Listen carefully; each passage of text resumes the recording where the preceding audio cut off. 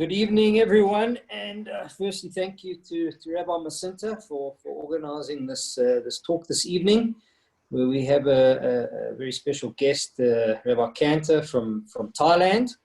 And Rabbi Masinta asked me to introduce him and welcome him. And I think just to put everyone into context in terms of the topic of this evening, facing the current tsunami, it was befitting for Rabbi Masinta to ask myself and Andrew Brown to get involved this evening. I've had first-hand experience of the kindness of Rabbi Kantor when I was involved in the tsunami in 2004, and I remember clearly the day when Rabbi Kantor walked into the hospital room, and showed me great support and love and kindness to myself, my wife, and my family. He brought me a pair of tefillin, brought us kosher food every day, and just was amazing. And from what we understand, continues to do amazing work in Thailand and around that area. The topic this evening is facing the current tsunami. Very different from then, but I think to take us through and give us a drosh on the major issues that are with us in these difficult times, and hopefully also maybe to get some solutions as well, and a bit of guidance to help us through these difficult times. So without further ado, I'd like to introduce Rabbi Kantor, and over to you. Thank you, Rabbi. Thank you very much. So first of all, it's very, very good that you call this a drosha, because over here it's midnight in Thailand, and I know that the best time to get quality sleep is when a rabbi gives a drosha. So I'll try and keep myself awake and hopefully not put you to sleep, because by you guys it's 7 o'clock. No reason for you to fall asleep yet. You don't want to have trouble sleeping tonight. So I'd like to first of all thank you, Rabbi Masinta, for inviting me here, and Gary for such an introduction, and good to see you, Andrew. Definitely, from the last time you guys saw me, for a rabbi, it's always good to get a little white in the beard. It fits. It makes us look more credible. But it was 16 years ago, I believe that. 16 years ago that we had the tsunami, and. 16 years is enough time to be born and to become an adolescent, to become a teenager. So I'm sure I've seen a lot of things since then. I'd like to refer to the comment that it's like a tsunami, and perhaps point out that it's like a tsunami, but it's not like a tsunami. First, let me start with why somebody would even compare it to a tsunami. I think the element of shock. If we all remember back to the tsunami, December 26, 2004, everybody was in the middle of having a great vacation. People, the sea looked wonderful, the sun was out, and people had plans. And all of a sudden, for hundreds of thousands, millions of people, those plans would change in basically 1 second. A earthquake took place at sea, and the waves rolled in. And you had everybody's plans changed instantaneously. And in that sense, this is what has happened to us all here now as well. Everybody, the best laid plans, most immaculately thought of wedding preparations and holiday plans, and were all laid to rest, essentially. Actually, those that are more organized suffered more, because they already bought tickets for next year. Those that are last minute people, they were finally vindicated. You see, I told you, the early bird catches the worm. But remember, there's another side to that. That is, the late worm misses the bird. So sometimes it's good to be a late worm. You do better that way. So sometimes you disorganize, and hey, you didn't buy tickets. I have a friend who says, I never buy it. I never buy a ticket on a flight domestic in Thailand. You just come to the airport and buy it. It says, if I don't buy a ticket, I'll never miss a flight. He's right. If you bought a ticket. So I would suggest maybe you should mute yourself. Actually, I'm hearing, I'm getting a kickback here. Is that possible? Okay. So but what I would say, it's absolutely not like a tsunami, is that there's nobody to complain to. You see, in the tsunami, there were people that suffered terrible losses, but the rest of society went on living life. And so you were, at least the people who suffered had the support of all those that hadn't suffered, and they were unique in their suffering, tragic. What I find here today in this scenario is that people are realizing they can't complain. I'm hearing far less complaints than I would hear from people suffering in all kinds of other scenarios. You know, I regularly get calls, like every rabbi does, people that are going through very difficult life situations, be it illness, be it breakup in marriage, in relationships, be it all kinds of things. I'm not getting these same kind of phone calls about the COVID-19, about the virus. And I believe it's because everybody knows that we're all in a similar circumstance. To be honest, I don't call my friends to bellyache about it too much because I'm scared to hear what they have to tell me. If I start saying what I'm going through, they're going to tell me what they're going through, and maybe it's better we just. So there's something very unlike tsunami here in as much that it's affecting every single person in the world. There is not one person that has not been affected in some way. And therefore, I believe, to me, it's a, there's a lot of takeaways. I'm sure every rabbi has his takeaways that he's sharing. But my number one for myself, to stay sane, is to try and be humble but not overwhelmed. When you think about the uncertainty of the future, we human beings like certainty, we like dependability. When you think about the uncertainty of the future, it can be overwhelming. But that's really would be, we know that being overwhelmed, like a deer in the headlights, is really something that is crippling rather than empowering. Whereas being humbled is something that's empowering and something that allows us to have new beginnings. And I think this is where we're all really should be looking, and that is the new beginnings that this tragedy brings us. You know, there's a saying by management professionals that says, you probably know it better than me, never lose the opportunity for a good crisis, or is it something like that? In other words, every crisis has some opportunity. I saw GM. I just noticed this when I was skimming the news a couple of months ago. GM has had an Uber, had a program they had in a few cities in the States where you could pick up a car. Just, you know, like they have the scooters in the street. You could belong by a membership, and you car for share. You remember, you can, like, you know. And they canceled it. They didn't cancel it because of COVID-19. Actually, it wasn't working. The business model wasn't working, but it was a good excuse. Who can say anything when you say you have to close down a department, lay off your workers because of the virus? So many people are using this as excuses, doing things they wanted to, they couldn't do. And while some perhaps shouldn't be using it that much, but I think we all have to be able to use it to change things we always wanted to change and never had the guts to change. I'm speaking, a lot of people that come here travel a lot, myself included. I haven't been on a plane. Last time I was on a plane was right before Purim. I came in from Australia morning of Purim, landed here, and then gate slammed shut all around the world. I haven't been on a plane. Actually, it's pretty cool not to be jet lagged. But I'm in touch with business people, and one guy's telling me, I can't wait till it finishes. I love traveling. The other guy's saying, I got to know my family again. This is a guy who's on a plane every week. He lives in Israel, he's on a plane every week. He says, to be honest, I had to change my life. I got to know my family again. I'm getting to study more Torah. And you know what? I changed the direction of my business. I can't say I'm doing well, but I see some direction. And I think that that's really the great opportunity that we have here as a society to do kind of a restart. Everybody's talking about the restart, but if we don't make serious commitments, and I don't mean serious commitments, I should say there's a study that says the greatest breaking of good commitments always happens in February.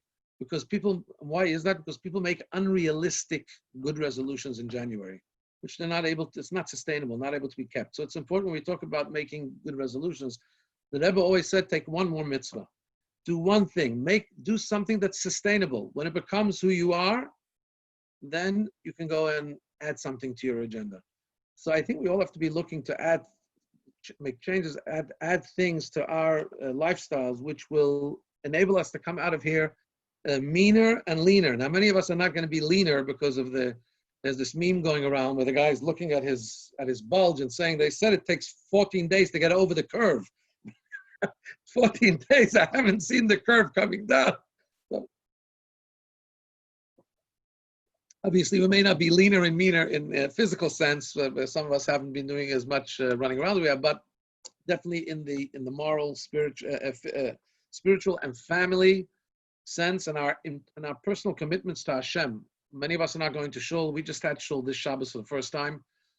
I must be honest, when I said the words, as I was chazan, I said the words, Yiskada v'Yiskada Shmei Rabba, the holy name of Hashem should be blessed. I felt a tremor going through my body. Because, it's the longest time period I can remember since I'm a kid that I haven't been in shul. It's 3 months now. And you don't realize how significant, how important it is. We're mere mortals standing here and saying God is great. It's a privilege. It's an honor. You just can't do it on your own. You need a minyan. I didn't think I'm going to, I'm not a big tzaddik, so I didn't think I'm going to go to shul. Okay, good. But it became a very emotional experience. I think we're going to appreciate the communal experience. We're going to really appreciate. Some people are saying, well, I don't know if I'm going to be traveling for business anymore. I told you, you're crazy. You're going to be traveling more. What do I mean? You can't do this Zoom stiff.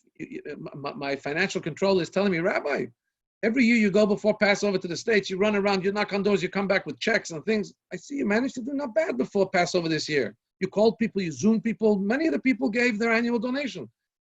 I said, yeah, you know why? I know them for 25 years and I see them every year. And now I said, look, I can't come this year. You don't want me to come. And I can come. We'll do it via Zoom. Can you start a relationship via Zoom? Come on, let's be honest. I don't think you can start a relationship via Zoom, a serious relationship. You can maintain it for a brief period. But I, for one, miss hugging people, backslapping people, l'chaiming with people.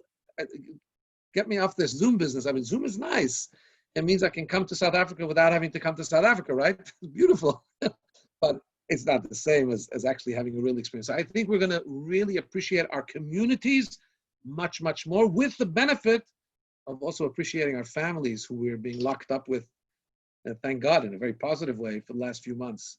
So I don't have any solutions. I like to try and be an optimist, and you can't fix things by kvetching. Kvetching is an age-old Jewish tradition, which the Lubavitcher Rebbe came and taught us, has to be thrown into the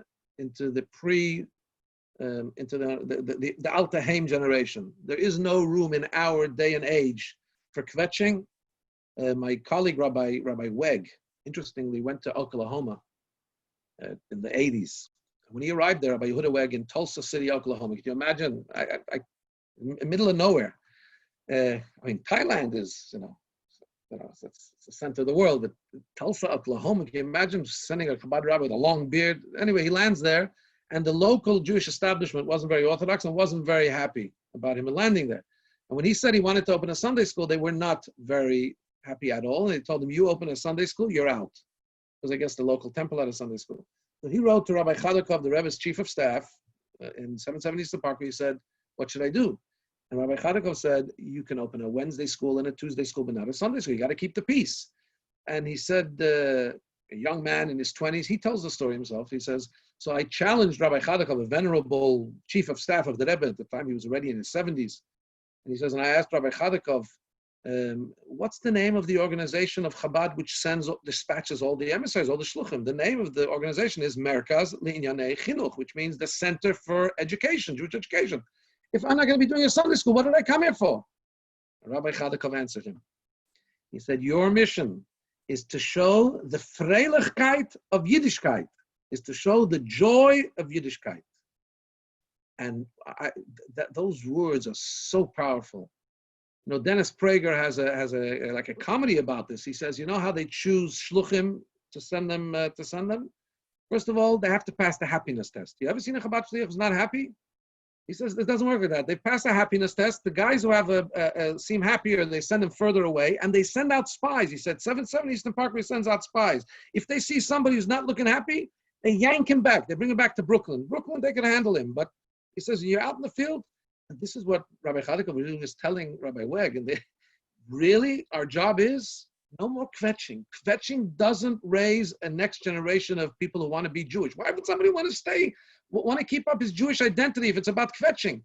It's joy. It's smiling. You got to find the silver lining. You always got to find the joy of whatever you're doing. And if Hashem wants us all at home right now, hopefully many places are already emerging, but even with all those limitations, obviously he wants us to do it happily, and we got to do our very best to keep our synagogues open, virtually at least. So do everything we can, and to keep ourselves happy, our communities happy, our children happy, and when we're happy, God's happy. And when God's happy and smiles at us, hey, then hopefully he'll take away the sickness and let us get back on with real joy, like not plastic plasma, like real stuff.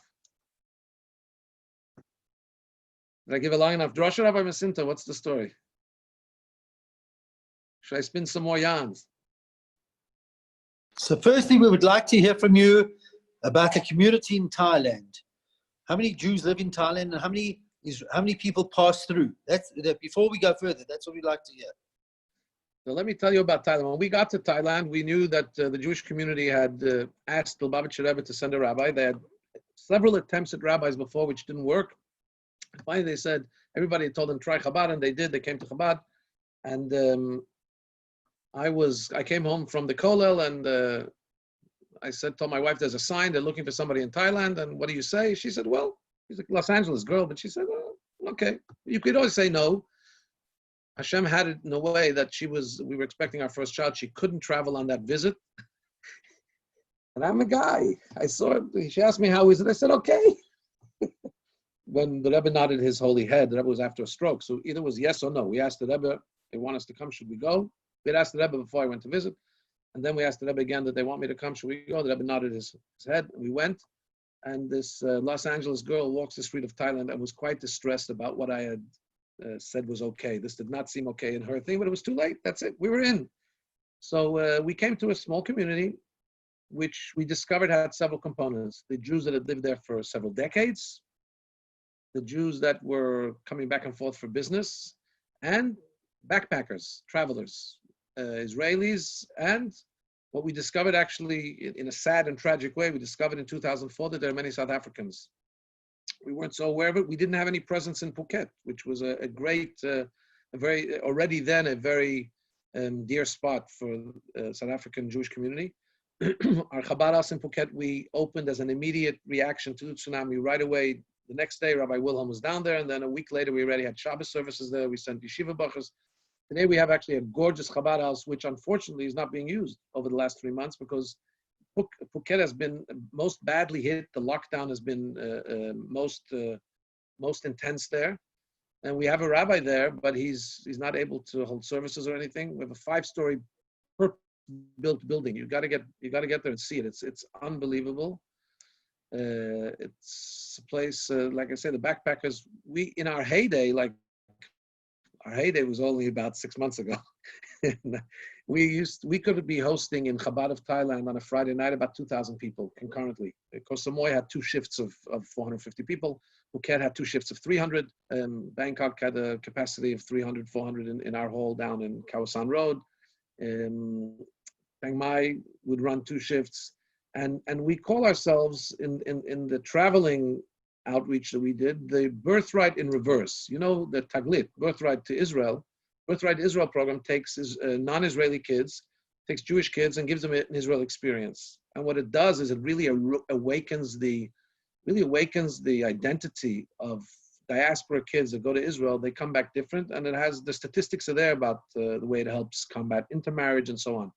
Israeli kids are not having a Jewish experience per se that they identify with as being a Jewish experience. They're Israelis, the Chagim are in the streets, but they've never really seen themselves from the perspective of looking at themselves as Jews in contrast to other nations of the world.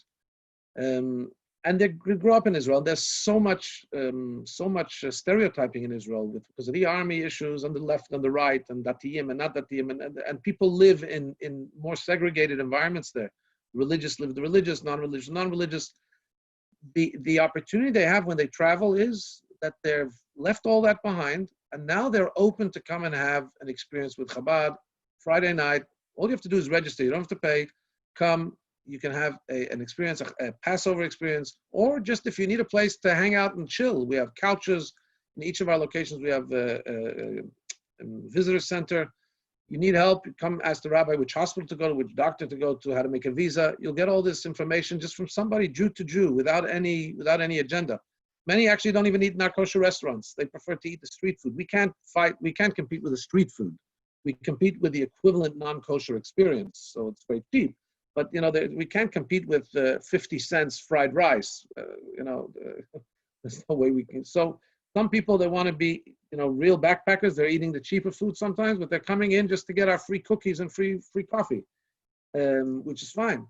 And so I call it birthright in reverse. Many of the Israelis have a different, have a kind of a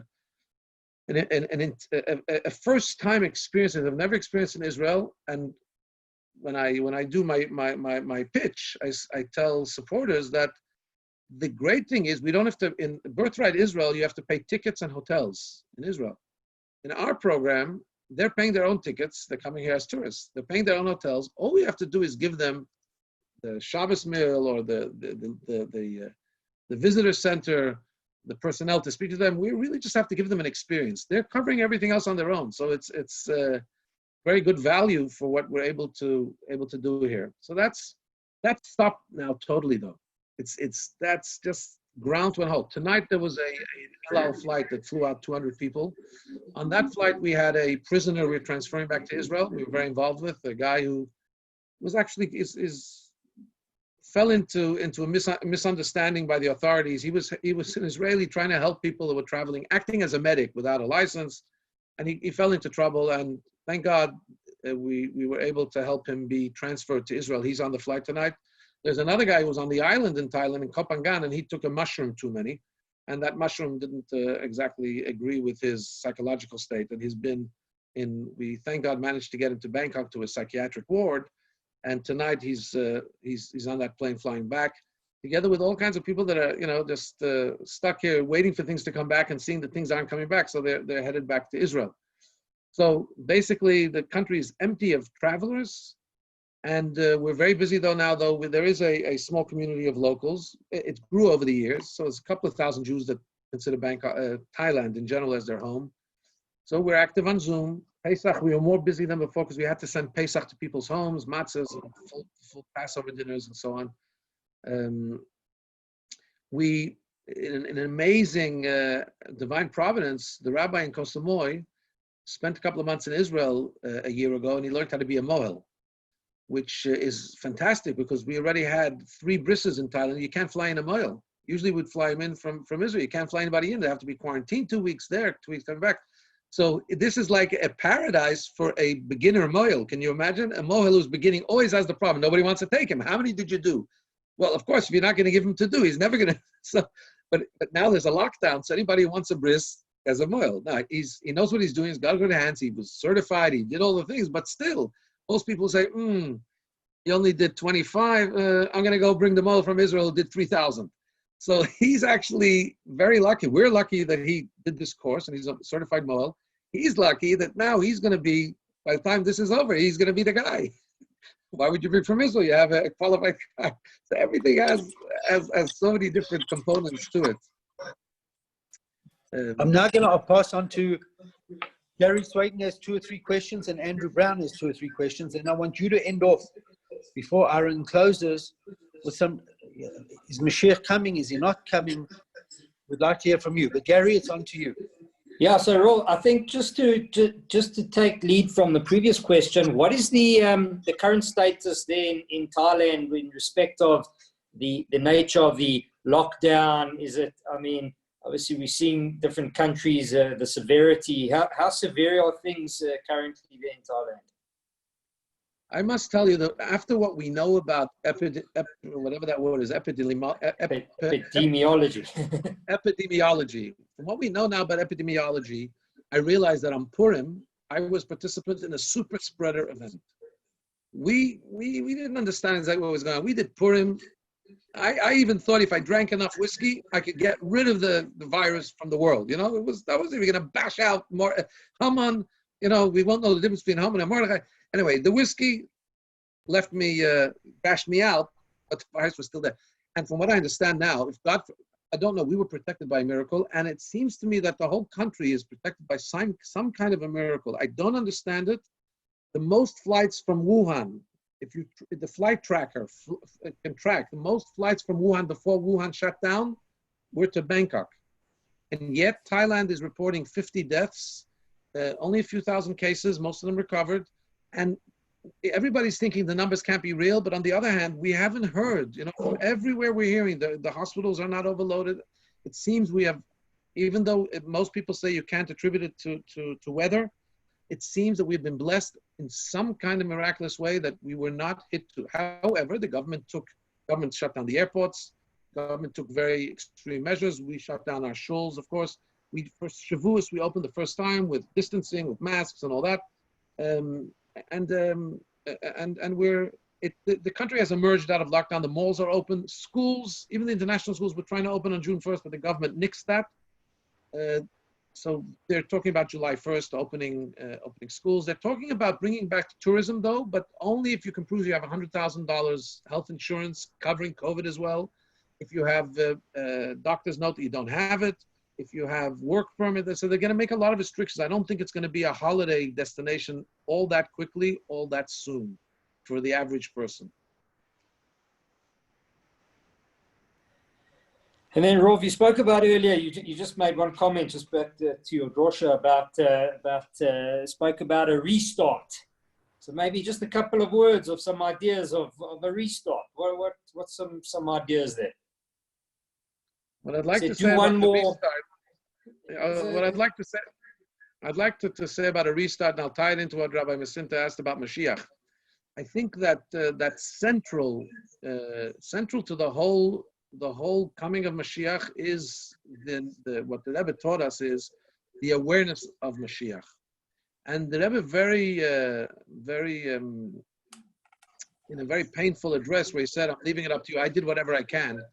He said, I see I haven't been able to do it yet. And the Rebbe added a word. He said, I see that I haven't been able to take you out of your inner exile either. And that's really a very very large, a very serious call to action, which means that really, look, talk about the racial situation in America now. To me, it's clear that what we can do, me, you, and all of us that aren't there and aren't elected officials and aren't police officers and so on, what we have to do is create a ripple effect that starts with us. We have to make sure that our levels of morality are impeccable, that the discourse, the way we interact with people, our elevator pitch is one about morality, goodness, kindness, about all being created by one God. All those words that you can see if you look at the Rebbe meeting with Mayor Dinkins and others, you see the words we're meant to use, but it's not just words we're meant to use, it's a kind of life we're meant to live. And it's very important, I think, to look at Mashiach coming as being something that has to start with us. And starting with us means we have to be able to emerge from our seeing life as a pursuit of materialism and being able to see that our goal and our agenda in life is really about becoming more at one with our inner self, with our God. Because that's the key to everything. The moment you care more about the neshama than about your materialistic body, you can love somebody else, because on a neshama level, we're all together. It's when I put all my emphasis on pursuing materialism that the other person is a threat. So that's one example of trying to live in the zone of a Mashiach-oriented life, which would be to focus on the core values, not on the other things that occupy our attention. so often. Chasing the zeros. How many zeros will I have to my name? How many holidays can I go on? If there's a new model of car and I don't have it, I feel really, we have to try and talk about our core values, which are connecting to Hashem, Torah, mitzvahs, family, community. I think the lockdown has given us an opportunity to reconnect to those values. And we have to make, each of us has to, before I got married, and I'll share with you something personal. Before I got married, I had seen something phenomenal, that yeshiva bachas were all idealistic, and then they got married, and all of a sudden they dropped off the radar. You couldn't speak to them, they're not there. And I understood it's going to happen to me as well. But there were certain things I wanted to remind myself not to forget. I said, I don't want to be like those guys that forget. So on the way to my wedding, it was in Los Angeles, I wrote myself, I took an exercise book, a notebook, and I wrote notes to myself. To my chagrin, I can't find them. But I remember that realization I had. What I'm feeling now, I know I won't feel it later. So let me write myself a note now so that I can capture some of those things. I think we all have to be doing now before we emerge is perhaps writing ourselves Corona Chronicles. Actually, my brother Chabad of Westport, Yehuda Cantor, I saw he started something called the Corona Chronicles for his community. I'm thinking to adopt it possibly. I haven't seen the details, but let everybody share their feelings, what they're thinking, and I would add to that, and a few good takeaways, a few simple resolutions. So when you look back next year and we're all laughing about the lockdown we had, the 3 months in 2020 that we had, we should actually be able to take out and hold ourselves accountable to those things that we said, these are things I don't want to give up, even when things go back to normal. And I think if we use this to get closer to Hashem and to get more involved in our core values of Yiddishkeit, I think we have a good chance that God should bless us to emerge from this into a totally different, not back to usual, but into a totally different reality, which we're all waiting for, the coming of Mashiach. Amen. Andrew. Hello, everybody. Hi, Gary. Good evening. Hello. Hello, Rov. Nice to see you. Hello, Rov, Masinta. How are you guys? Thank God. Rov, I think that, here in Israel, we've been following this obviously very, very closely, and we're fortunate enough to, that our government kind of took precautions early on by taking a very, bold decision to kick all the tourists out of Israel.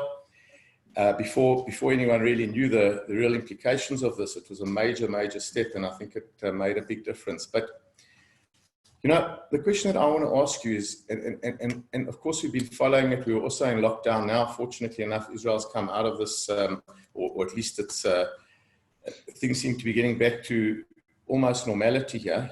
On many levels. But over the Corona period, what struck me as quite amazing and very fascinating and hard to digest was the element of the trauma associated with this disease, this pandemic. For example, here we are in Israel and we are, everyone's getting on with life. There were very, very few deaths. And yet in other countries, the trauma has been quite enormous in terms of what's been going on and the nature of this particular pandemic, the emotions that are involved and people not being able to be with their loved ones. So how do you explain, and how would you advise people to deal with the kind of trauma? Because while I do understand one needs to look at the positive and the light, and I do agree with that, and I also do agree with the fact that there are enormous opportunities on many levels that are coming out of this. But in the meantime, there is a reality, and the reality is that this hasn't gone away. It's still around. And people are dealing with immense amounts of pain and trauma now and to come. So what advice would you give on that regard?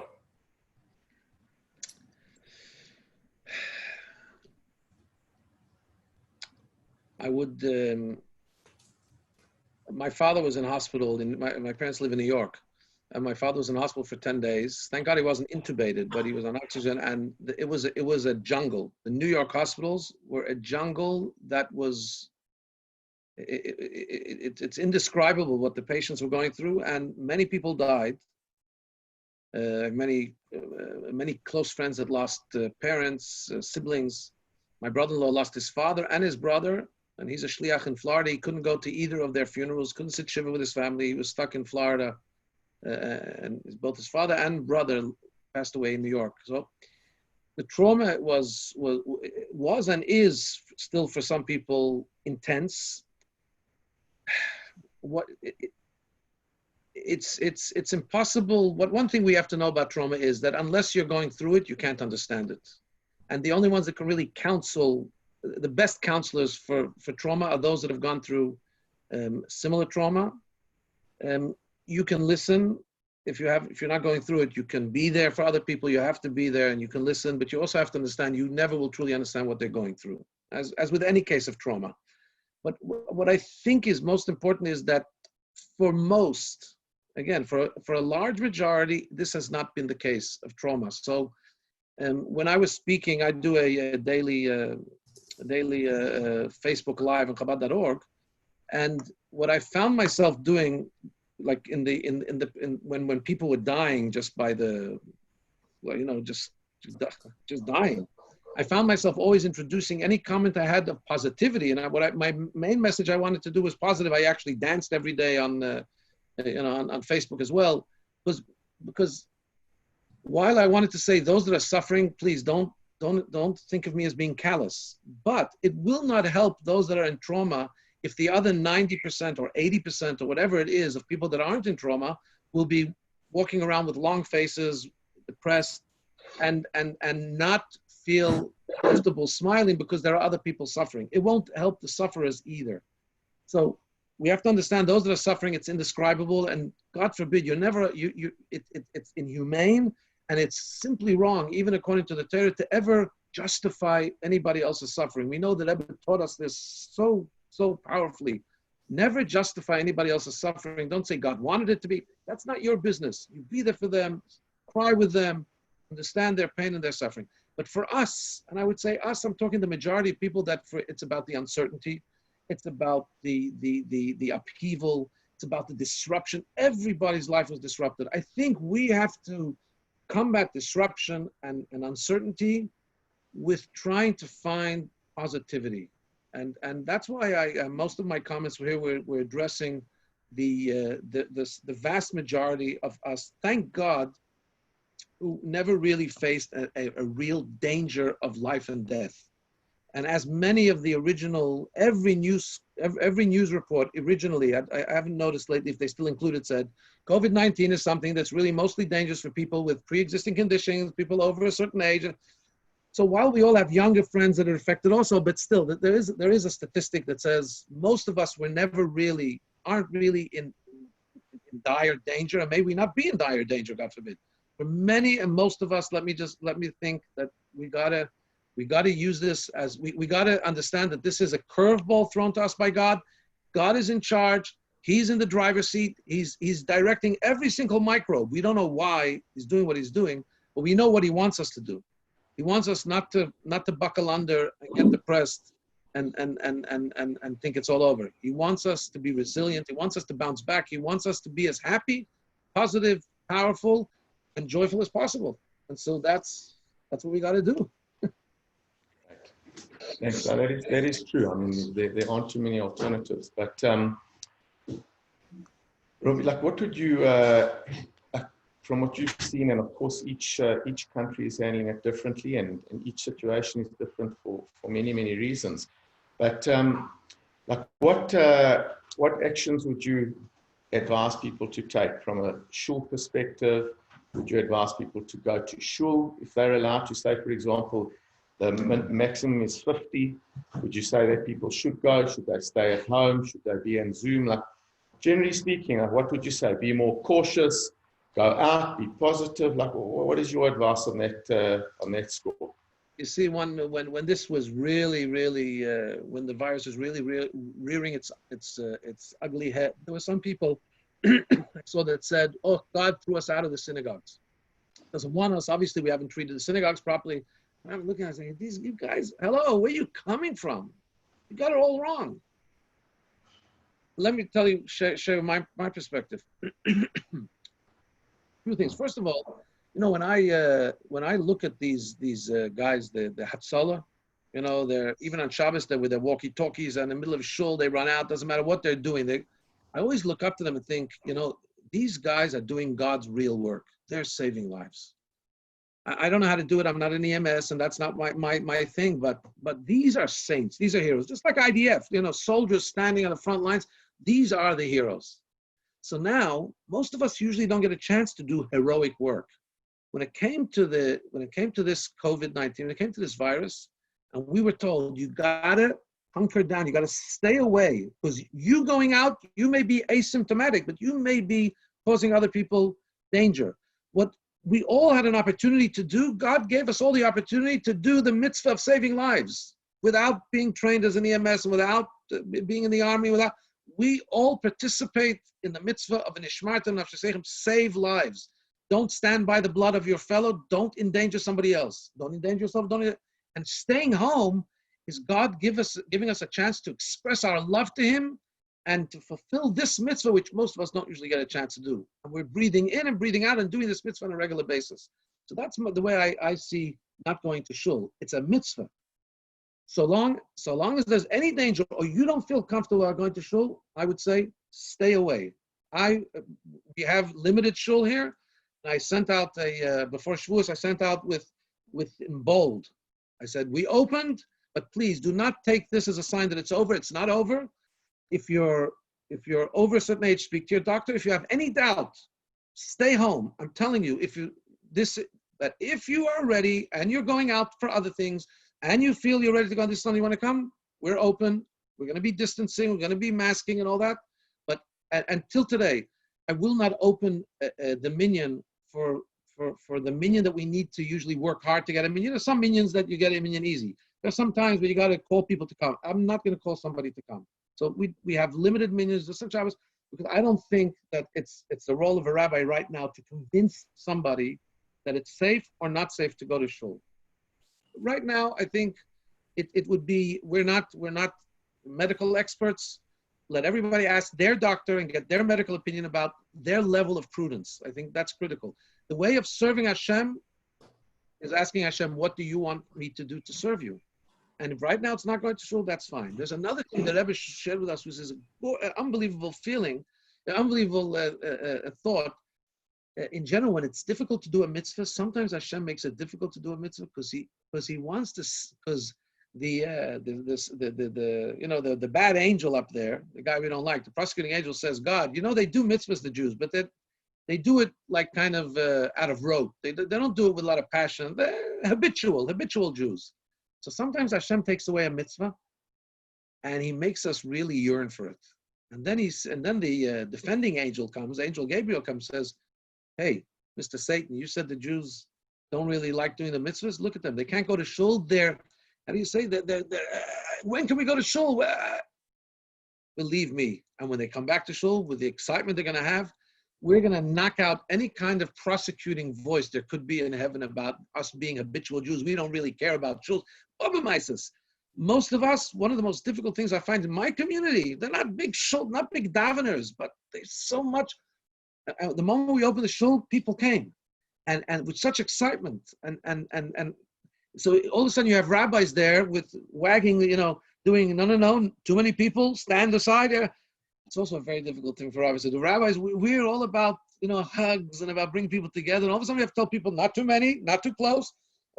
Some people will do the shalom by elbowing. I don't even do that. I do the Tai Wai. In Thailand we go like this. That's